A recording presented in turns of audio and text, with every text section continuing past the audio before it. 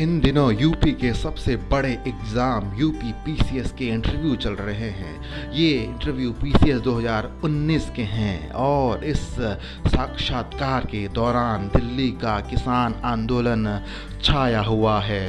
Interview के लिए 5 board बने हैं और करीब करीब सभी बोर्ड में किसान आंदोलन से जुड़े हुए सवाल पूछे गए हैं। एक सवाल ये भी पूछा गया कि अगर आप दिल्ली के पुलिस कमिश्नर होते तो 26 जनवरी पर किसानों के ट्रैक्टर परेड की अनुमति देते या नहीं, और इस दिन दिल्ली में हुई स्थिति को आप कैसे नियंत्रित करते।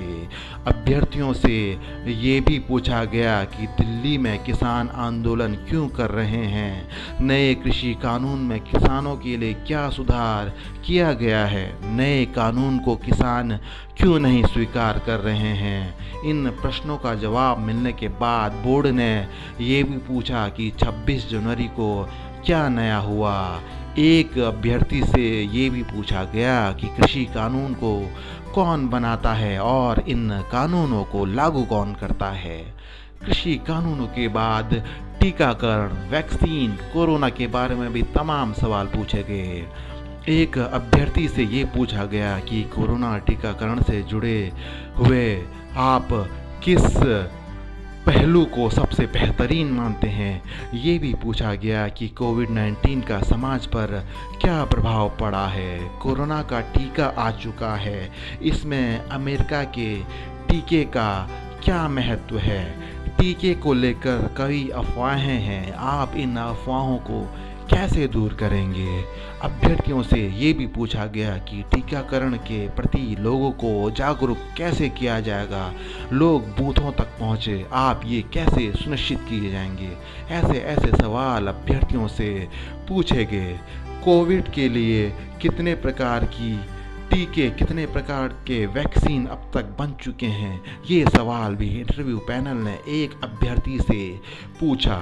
एक महिला अभ्यर्थी से ये भी पूछा गया कि कोरोना काल में आप कौन सा ऐसा ऐप बनाएंगे जिससे महिलाओं की सुरक्षा सुनिश्चित होने पाए।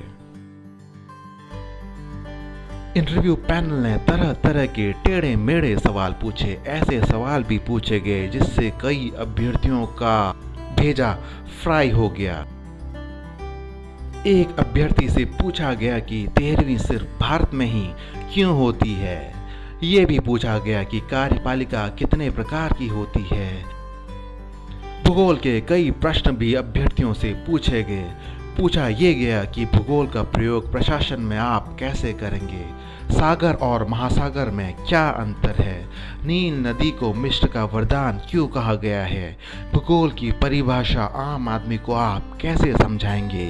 यूपी की सीमा किन किन राज्यों से टच करती है। कौन सी नदी 2 जिलों को जोड़ती है। ऐसे कई सवाल अभ्यर्थियों से पूछे गए और इन सवालों के जिस अभ्यर्थी ने सटीक जवाब दिए होंगे, जिस अभ्यर्थी ने बिल्कुल एक्यूरेट जवाब दिए होंगे, जिस अभ्यर्थी ने बिल्कुल नपे तुले सवाल के जवाब दिए होंगे, वो अभ्यर्थी यूपी का अफसर बनेगा और जनता की सेवा करेगा।